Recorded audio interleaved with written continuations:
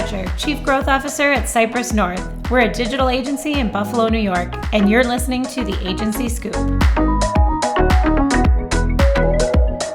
Each episode, I'll tackle a specific topic from an agency point of view. We're going to talk about what's helping us grow, challenges that we face, how we're working with our clients, and even things that bring us joy.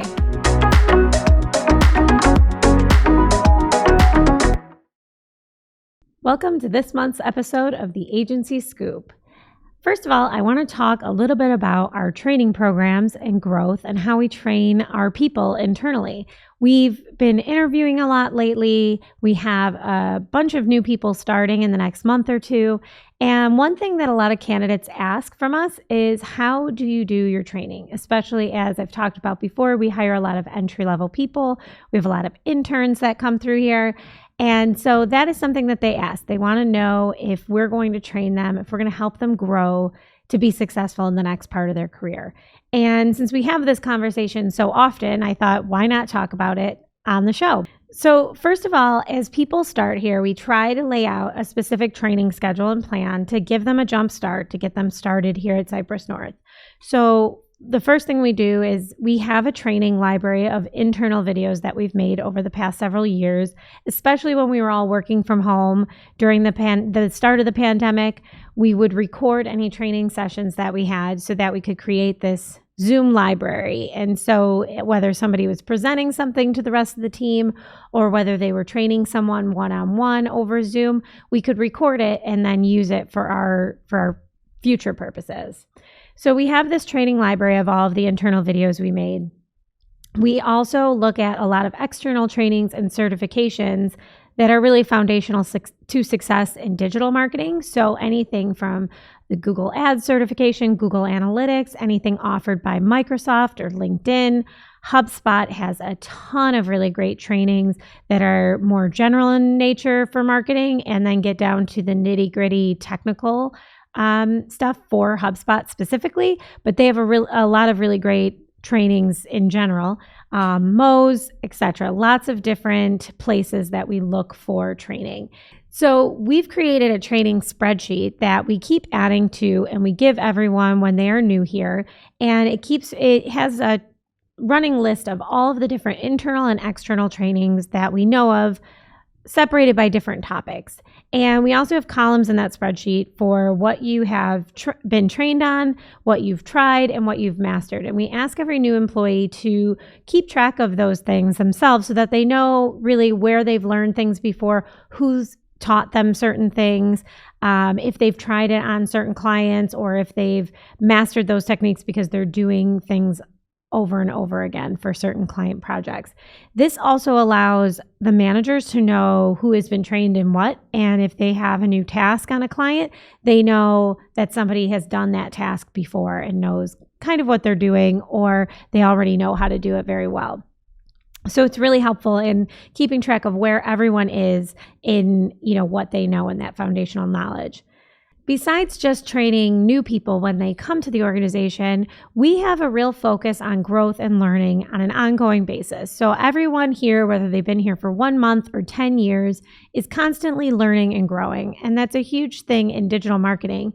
Things are changing all of the time. So there's never going to be a point where you've mastered everything or that you know everything about digital marketing, because something will change and you'll have to learn. So we have fostered this culture of collaboration and helping each other learn through what's changing, what's being updated in the industry, what new things are out there. And so a few things that we do to foster that culture of collaboration is our Monday morning meetings. So a lot of agencies have a Monday meeting where they go through the status of projects, and it might be more of a production meeting. Our Monday meeting is really focused on what did you learn the week before. So the whole marketing team sits down and we go round robin and everyone says one thing that they learned the week before. And it might be something that they learned while they were working on a client account. It might be something that they read in an article or watched in a webinar, but they're sharing with the team what they learned, that hopefully they can spread that knowledge around a little bit. And if someone is facing the same problem, or if they were challenged by something that they didn't know. Now they kind of have a solution or know that someone else faced it. We also have a marketing Slack channel where we share things that we learned, articles, videos, any kind of opportunity for other training. All of that is in the Slack channel as well. We also do Friday meetings that are what we've called digital marketing 101s. And sometimes they're more of 101, sometimes they're a little more advanced level. But each Friday, we have a half an hour to an hour scheduled off for the whole marketing team to attend if they'd like, and we do a deep dive on a specific subject. And so that is a way to not just graze the topic, but really get deep down and let people learn, what somebody else was working on. We also have our marketing team lead, Greg, who leads strategy sessions 2 to 3 times a week in the morning, where anyone can jump in on Zoom or in person to view what he's doing in his Google Ads accounts for certain clients. So he'll walk through why he's making certain adjustments, what kinds of strategies he's using, and really talk through the why of what he's doing to help train on not just the tactics, but the strategy and the why of it all. And of course, any kind of impromptu trainings or sharings. Again, we're constantly recording things as we're working with clients. So if we're presenting recommendations to a client, we typically record that for the client's benefit, but we also save all of those to help train people internally. If they've never been to a meeting like that, or they haven't been involved in a project like that, we'll let them view that recording. And, sharing documents, sharing articles, sharing webinars, all of those different types of things are shared here throughout the week and every single day. And of course, as I talked about in a previous episode, we have monthly or bi-monthly, depending on your position, growth meetings. So we sit down once a month and talk about your specific goals, what kinds of things you need to learn to grow in your career, what kinds of things we can help you learn or how we can help you reach those goals, and make sure that our training is really focused around that and that we're finding those opportunities for each employee. So all of this kind of culminates in what is the growth path for our employees. And on the marketing side, we really outlined our path over the last year or so. It used to be that everyone here was either a digital marketing coordinator or a digital marketer.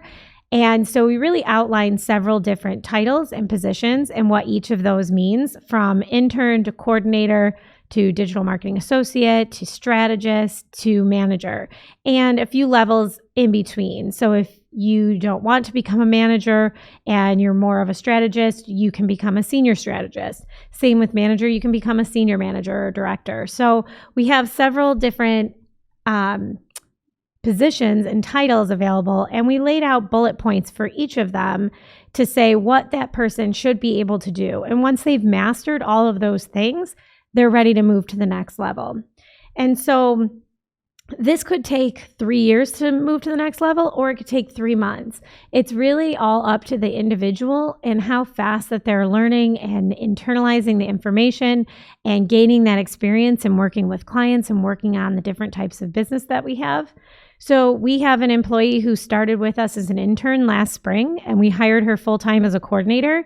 And a few months later, we promoted her to associate, and she recently was just promoted again to strategist. And so within a year, 3 promotions is pretty great. And so that is a really fast timeline for someone, but it's totally possible.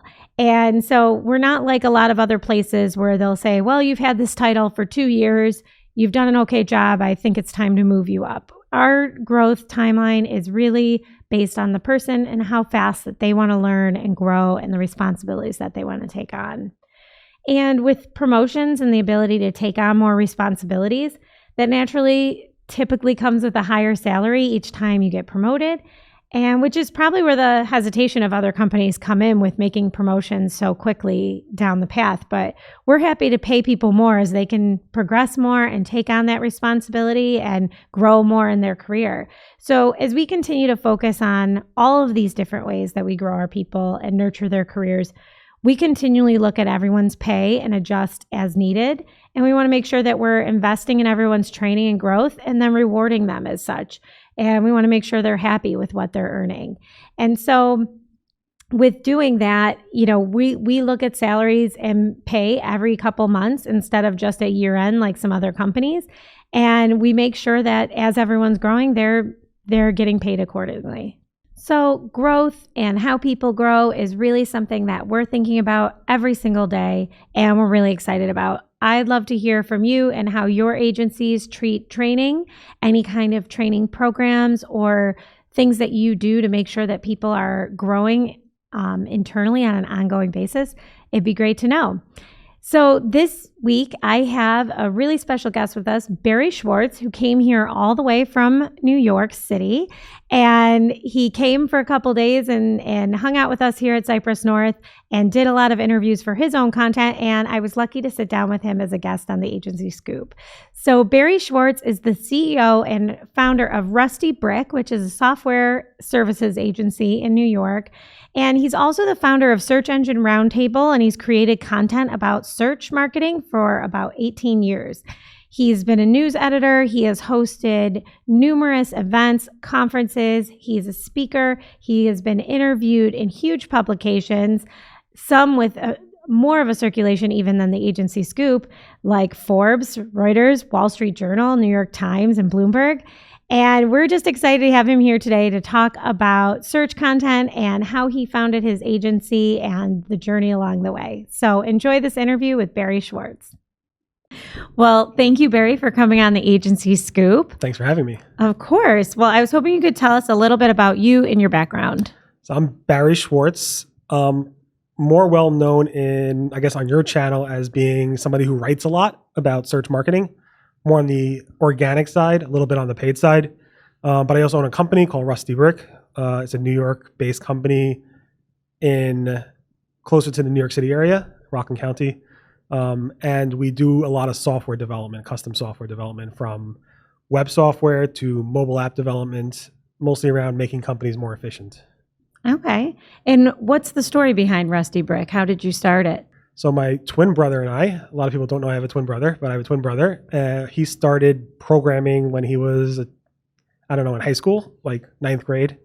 And I saw there may be money in that. So we kind of formed a business unofficially when we were 14. Wow. Yeah, in 1994.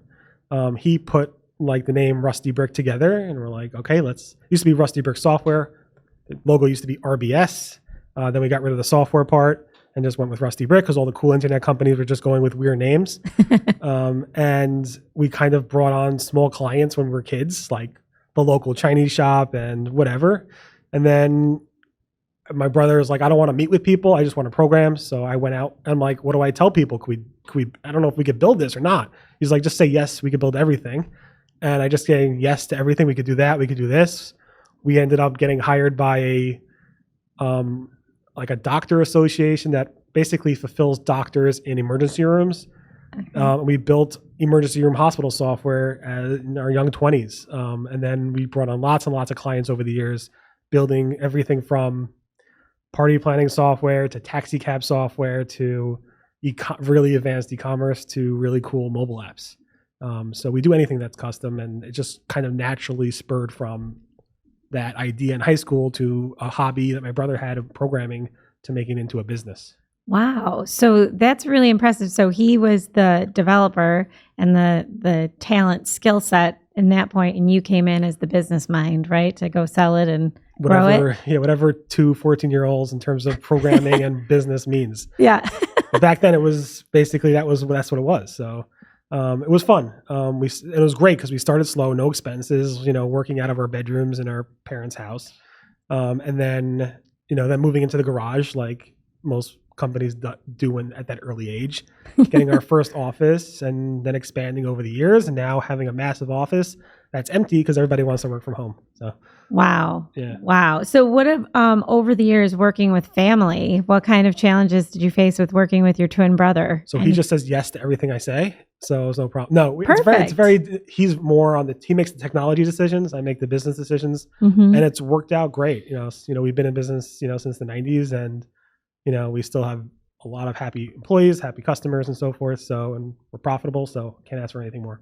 That's amazing. That's amazing. You don't hear that often with many family businesses that they get through that many years without it's falling apart or hating each other. yeah, no, it's a different situation where again the duties of the business are very clear. Like he makes his decisions, I make my decisions. I don't care about what decisions he makes outside of the financial impact, and he doesn't care about decisions I make outside of the impact on the technology. So it's very, very clear. We both trust each other in terms of making the best decisions for the company. Great. So I know you develop a lot of apps for yourself for Rusty Brick, and then you have your client work. What really drives the business? Which part is bigger, I guess? So it's really the client consulting work, the building software for our clients. We've built a bunch of novelty apps or apps that are very useful, actually used all the time for purposes that we felt were useful for ourselves. So I'm Jewish, I'm observant Jew. I pray every day. We have like what's called a sitter or prayer book. That's basically smart. It knows where you are, what time of the day is, and it will show you what you need to pray at that time, at that location. It tells you the closest synagogue to you and stuff. So stuff that we find useful. It doesn't really make us money. It's not like paying my Jewish private day school bills. But that is something, a way for us to give back to the community. Just like you guys do these shows, it's a way for you guys to give back to the community. And then we also built a SaaS platform, a few SaaS platforms that we actually made a significant amount of money on. One we sold to private equity. Not going to be specific about what it was exactly because I never actually mentioned that on camera. So I'm not sure if I actually can talk about it. So I'll let you know if I cut that out. I'm not sure, but okay. It's been over 3 years. But we sold the SaaS platform, and I think it's okay for me to say that because all the customers know we sold it, because whatever it might be, and that we did well with that. We did well with that as in terms of selling it to the customers, and we did well in terms of the sale.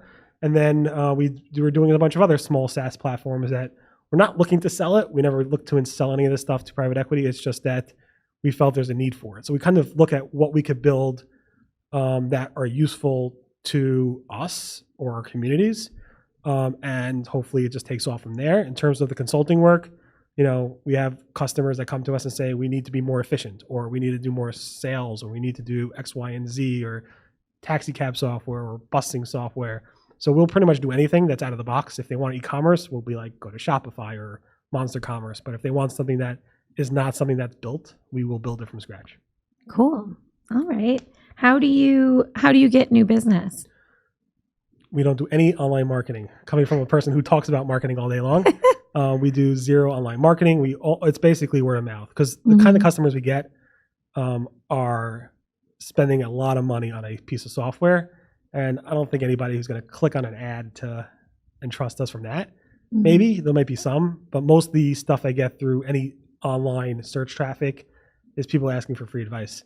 So I would say most of our stuff comes from word of mouth or through the stuff we do for the community or community at large in terms of the apps that we build and so forth. Okay, that makes sense. How have you grown the business over time from a staffing perspective? It started with the two of you, and how big are you now?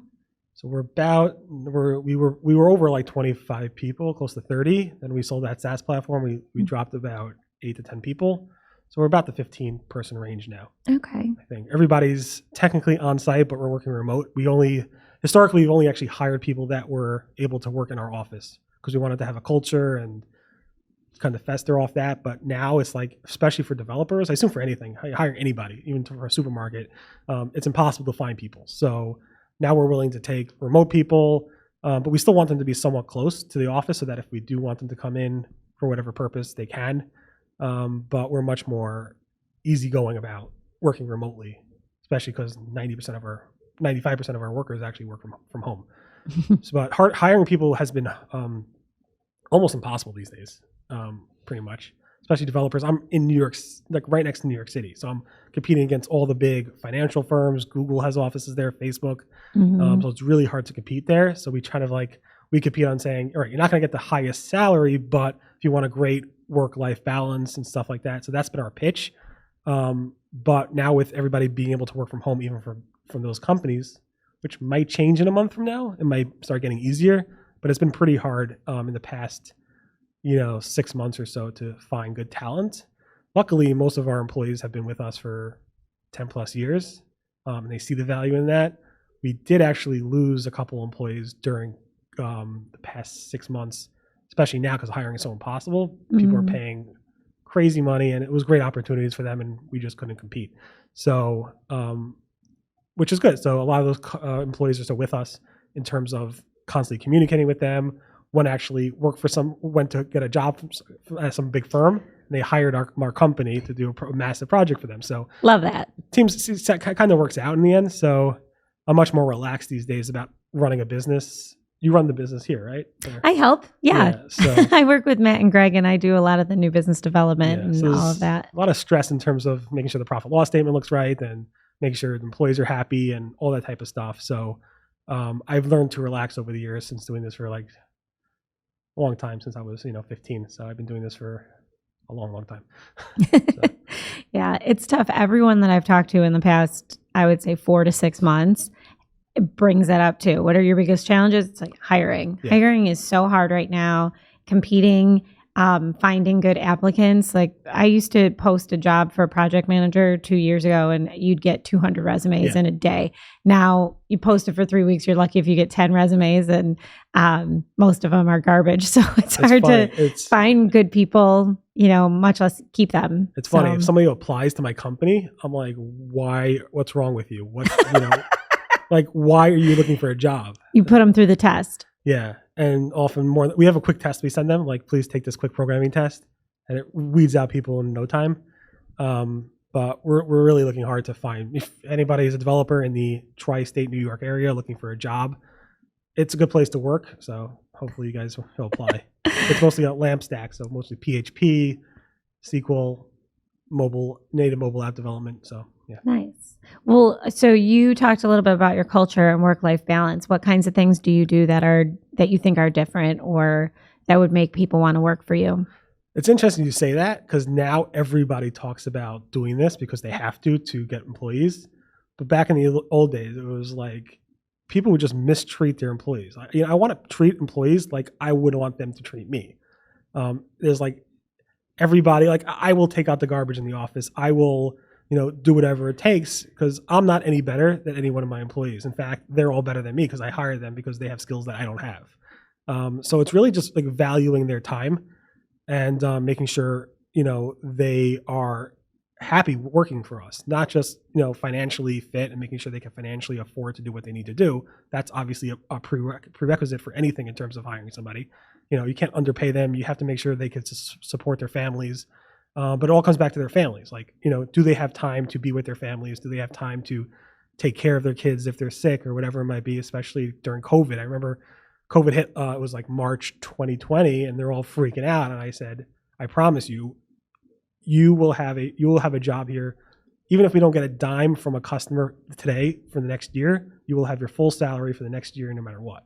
Wow. And most of them deeply they all appreciated that. But then, a year and a half later, when they get a job offer for twice what they're making, which is, I can't imagine paying somebody that much. They took it. Some of them, 1 or 2 of them took it, and I don't blame them. I'm happy for them. It makes sense for them and their family. At the same time, I don't think you would get that from most companies where the CEO would basically say, "Don't worry, even if we don't have a dime coming into the business for the next year." I actually, 6 months later, I said for another 2 years because we got the PPP loan and stuff like that. So I said, you're good for at least another 2 years.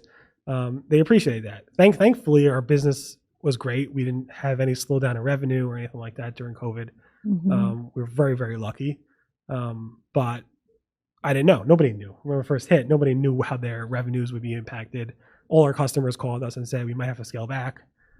Some of them kind of did. Some of them increased spending. So it was a very scary situation, but thankfully I'm a paranoid person and I always put enough money away for, worst case scenarios. Global pandemic. Who knew? Yeah. Who knew that's what you were saving for? Yeah. Well, that sounds really great. And I agree. It's really hard to tell people. I always talk about how great Cypress North is and how I love it here. And it's so intangible to be like, I really trust them because they're good people. And then people are like, oh, okay. It's hard to explain why or what that means or how you can put that into real terms of what you get here versus somewhere else. Right. So it's just a challenge for everybody. Well, I mean, it shows. I mean, you guys have grown significantly over the past, 10 years or so, even less, right? So I know Greg for a long time. He's just a genuine, nice guy. He won't be seeing this because he doesn't know that I think that about him. But We'll use it for blackmail. yeah, but no, he's a good guy, and it all starts with just being a good person and treating people with respect and doing whatever you can to protect your people. So yeah, everybody says, "Oh, our company's like a family." You see that from like the Walmart commercials, where a family.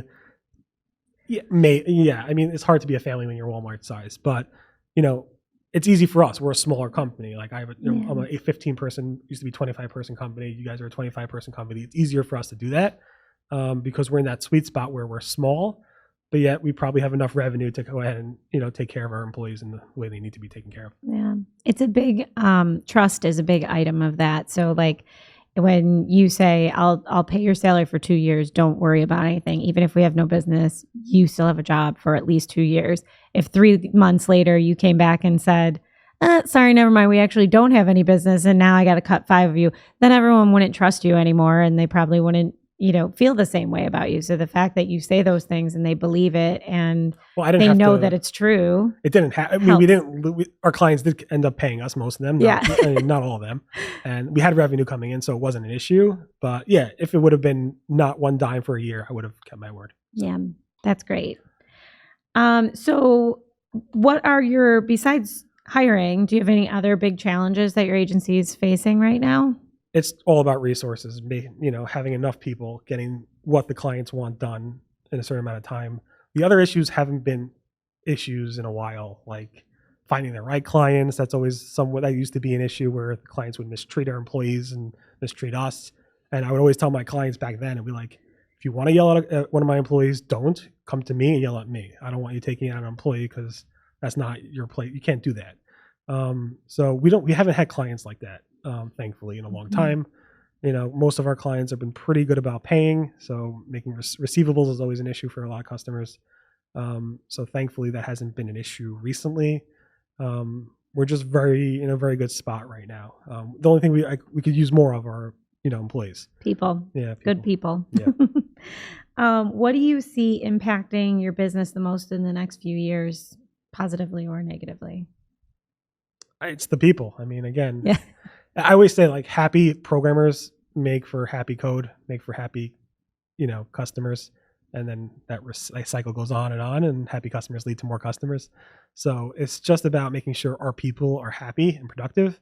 This way it trickles down to building out really great code and really great products for our customers, who then recommend this to their customers and their colleagues. So that's the cycle. So as long as we can keep doing that, and I think we need to keep finding good people to do that. So what trends in your industry are you most excited about? So that's a hard one. So there's always something new technology wise. So initially we were just doing web software. Then the mobile iOS came out, iPhone apps, and the first iPhone came out. I was like lined up at the door waiting to pick it up, and there were no apps on it. So I'm like, what could we build? So I think I asked my brother, like, could we build anything? Like, they don't let us build anything. There's no apps. So then Steve Jobs was convinced to go ahead and let the third-party developers build. So then we built, some of our first apps. Then we built for Android, because Android came out after that. After that, there was, I think, Google Glass for those things. So we built some stuff for that, which was cool. Oh, cool. Then there's we didn't really get into the AR and VR stuff, not so much, just a little bit here, specifically within apps. And it's hard to say. I'm really into like the home automation, HomeKit type of stuff. Like, how could you integrate your software with things in your office or things in your home? So like when you should turn the lights on or the heat on based on timer data or task management stuff, kind of like integrating different areas of your business into physical aspects of your business as well. So that's kind of like the home automation, office automation types of solutions. Personally, I'm like really excited about the next evolution of electronic, like EV cars and electronic stuff, and seeing if they offer any type of SDKs, especially around, CarPlay and Android Auto. CarPlay is like adopted in every car and everybody uses it. They can't get a car without it. And in fact, my lease, 3 years ago was like, I could only get a car that had CarPlay. And there was like one car that had it, that was a sedan that had all-wheel drive, and I got that one. And ever since then, I couldn't go to a car without it. And I think voice, like search everywhere, if you think about it that way, like search anywhere you go, like in the car, on the refrigerator, on your, talking to things and stuff like that. And then visual search I thought Google Glass would be really cool, like look at stuff and be able to like, handle that. I also got the spectacles from Snapchat, which I wore like once or twice. I drove here wearing the Facebook Ray-Ban glasses. Oh. They died like 5 minutes into the drive. And so those are the types of things. I like how there's integration with technology in your life and your office. Yeah, that's really cool when you think about like a smart home. And I'd love to be at my office and think, oh, I got to send an Instacart order. Hey, fridge, what are we out of? Those kinds of things. Like all of those practical applications would be nice. Like during COVID, like when I used to come home from the office, as I left my office, I set my purifier in my home office to start to go on and like say, kids, get out of this office. I'm coming home. Because they were like all over the place and stuff. So like they exited the room, the air purifier went on, cleared out the whole entire home office. So it's just stupid things like that. Like patterns, like I'm all about, my mind works about efficiency. How can I do something in the most efficient way so I get the most amount of stuff done? Mm-hmm. Most people think they get a lot done. And then the people who see me, how much I get done say, oh, you get a lot more done than most people.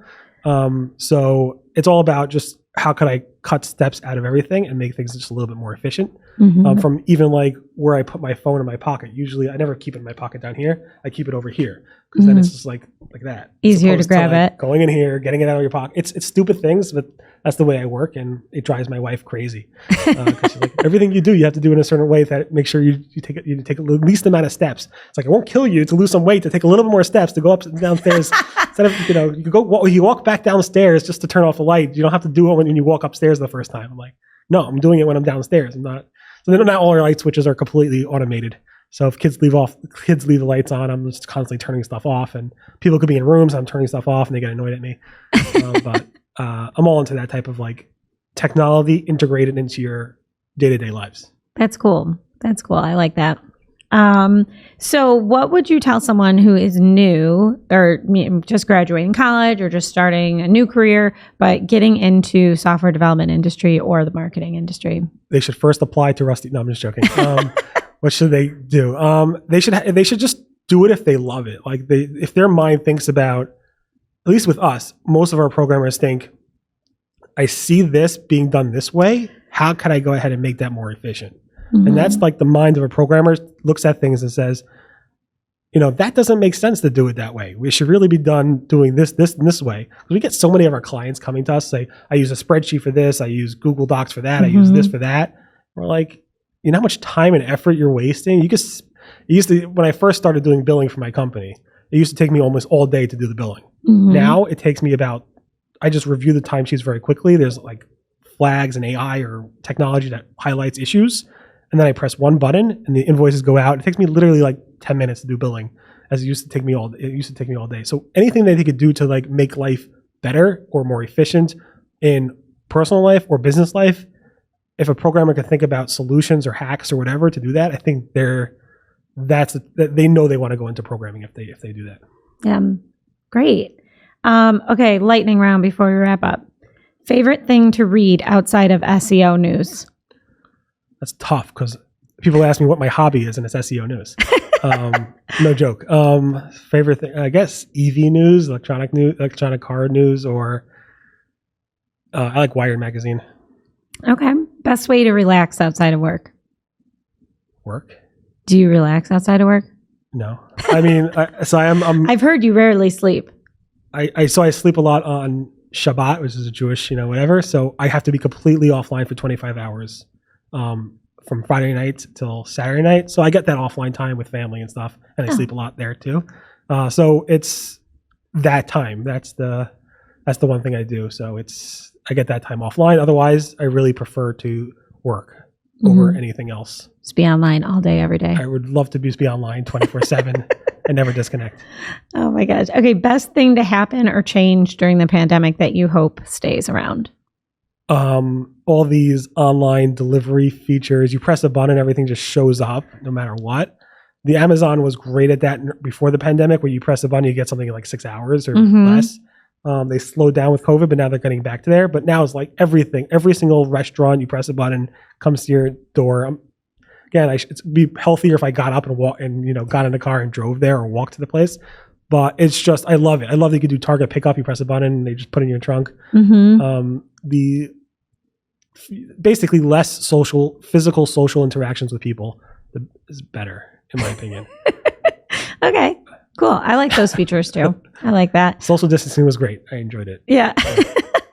Well, thank you so much. Tell our listeners where they can find more of your content. I know you have a long list of places, but where do you post the most, or where do you? The easiest way to find it is on Twitter at Rusty Brick. Okay. That's my username. Great. So follow at Rusty Brick on Twitter. Thank you so much, Barry. This was a lot of fun. Thank you. Appreciate it. Thanks for joining us for this episode of the Agency Scoop. If you liked what you heard, you can subscribe so you don't miss a show. You can also find us on the Cypress North YouTube channel or follow the Agency Scoop on Twitter and LinkedIn. I'd love to hear your ideas for future topics. See you next time on the Agency Scoop.